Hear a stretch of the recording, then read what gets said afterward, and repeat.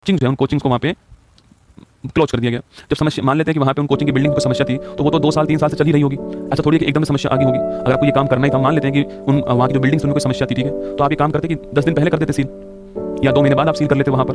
कम से कम ये टाइम जो यूपी कांस्टेबल का पीक टाइम चल रहा है, जहाँ पे हर टीचर चाहता है अपनी तरफ से बेस्ट करना कि मैं कुछ अच्छा कर लूँ स्टूडेंट के लिए, आप वहाँ पे मतलब कि केवल उस पॉइंट को रोकने के लिए, केवल उस टेंडर मार्च को रोकने के लिए ये सब कर देते हो। तो मतलब कार्यवाही आपको मान लेते हैं कि हम तो मानते हैं कि भाई वो बिल्डिंग जो है उसमें समस्या थी ना, उसका फायर कुछ नहीं था, कुछ भी आप मानते हो, तो ये तो आप 1 महीने पहले भी कर सकते थे, 2 महीने पहले भी कर सकते थे, 5 महीने पहले भी कर सकते थे, लेकिन नहीं, एक्चुअली में आपने उस कैंडल मार्च के रिएक्शन में ये किया, और उसमें जो है आपके यहाँ पर टीचर्स परेशान हो रहे हैं। और वो टीचर्स बेचारे वहाँ पर होती है भाई परेशानी, जिसने किसी बिल्डिंग को बनाया, जिसने उस बिल्डिंग के अंदर सामान रखा है, उसको परेशानी होगी उस बिल्डिंग को बंद देख करके। सबको ही होती है। हमारा एक यूट्यूब चैनल उड़ जाता है, हमें परेशानी हो जाती है कि यार यूट्यूब चैनल कैसे उड़ गया, सबको परेशानी होती है। तो मतलब रिक्वेस्ट है आपसे कि भाई टीचर्स को परेशान करने से कुछ नहीं होगा, सिस्टम में सुधार करना ही पड़ेगा। आज टीचर बोल रहे हैं, कल कोई और बोलेगा करके, परसों जनता खुद बोलेगी, क्या क्या देखोगे? मतलब स्टूडेंट को चुप करने से काम हो जाएगा, या फिर दोस्तों सीबीएसई में सुधार करना पड़ेगा?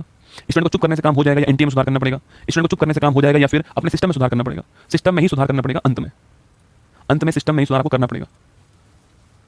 और मुझे एक बात समझ में नहीं आ रही कि जो मीडिया है, ये मीडिया वही दिखाएगी जिसमें टीआरपी होगी, उसके अलावा कुछ नहीं दिखाएगी। इस मुद्दे में टीआरपी दिखाई देगी।